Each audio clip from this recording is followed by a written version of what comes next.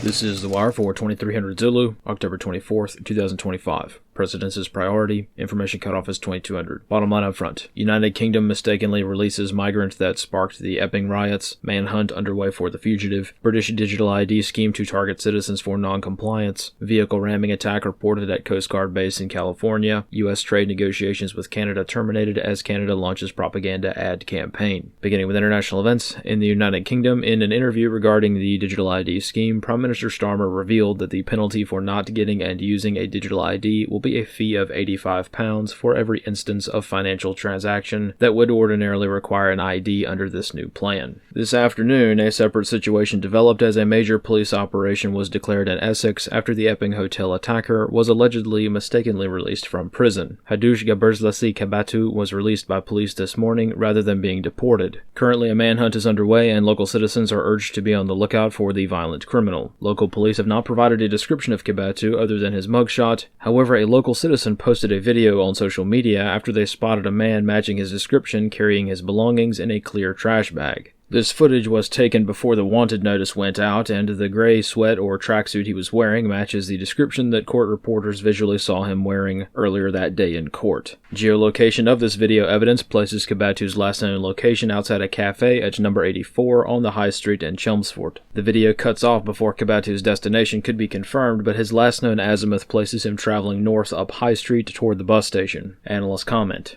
Kabatu is an Ethiopian national who assaulted a child and a woman in Epping back in July, prompting the now infamous Epping riots. He had only been detained for roughly a month and was supposed to be deported as a way of the British government showing that they do indeed deport violent criminals. However, this shining example of good faith has been dashed, and the already dismal public sentiment on the issue is about to get a lot worse. To put it lightly, it is in Mr. Kabatu's very best interest for the police to find him as soon as possible. On the one hand, it is true that the British government let a violent criminal out of jail, but on the other hand, this also means that he is no longer under police protection. He has no documentation, doesn't speak English, and no one knows where he is.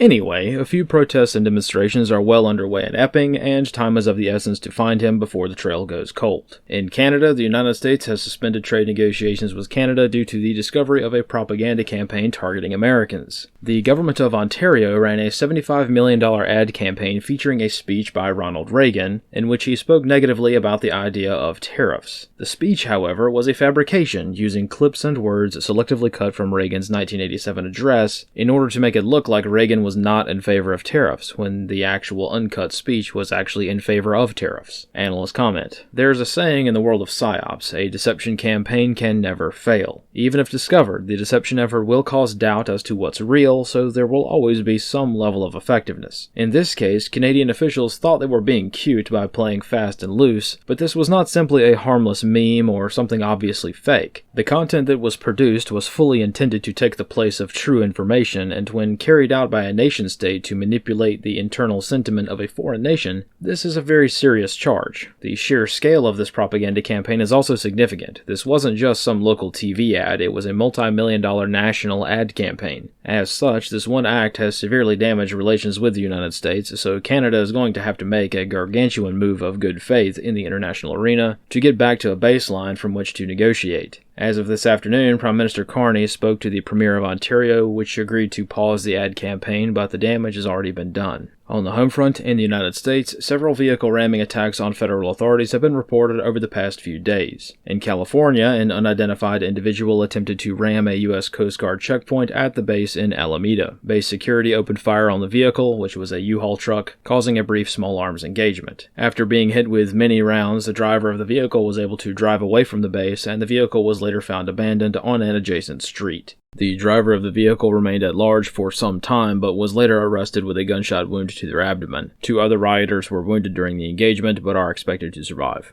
Analyst comments for this wire. Regarding the attempted vehicle ramming attack in California, some may be confused as to why this individual used their vehicle in the manner that they did, as in, why did they try to ram a vehicle checkpoint by reversing into it? Right now, all we have is speculation, but there are a few doctrinal reasons that might help explain why this seemingly unique situation developed. Firstly, this is a common attack vector, especially among Antifa militants. Plausible deniability is the name of the game with many Antifa direct action attacks, and they are are exceptionally good at it. In this case, standing before a judge, the driver can say, "Your Honor, I was just backing up my vehicle to turn around and leave the area, and they started shooting at me." This manipulative and subversive line of thinking is the bedrock of most black bloc ideologies, and has worked out extremely well for them both in court and among the mainstream media. Secondly, there is a practical element to this as well. It's harder to shoot and kill the driver if the vehicle is attacking in reverse. The driver can't be seen easily, and as proven by this engagement, security forces can mag dump into the vehicle all they want, and the rear of the vehicle will provide some level of protection, particularly if there is something solid in the cargo space in the back. ISIS militants in Syria, for example, also learned that vehicles attacking in reverse, while slow and hard to drive, also offered greater protection for the engine block so that a vehicle could get closer to a checkpoint before being stopped. Similarly, practice runs for future VBIED attacks are commonly carried out in this manner by any number of insurgent groups. In this case, there's no telling what the driver was trying to do. This facility had been targeted all day long by Antifa militants who had attempted to lay siege to the bridge leading to this island complex. Antifa intelligence networks had identified ICE personnel using the Coast Guard base as a staging area for operations in San Francisco,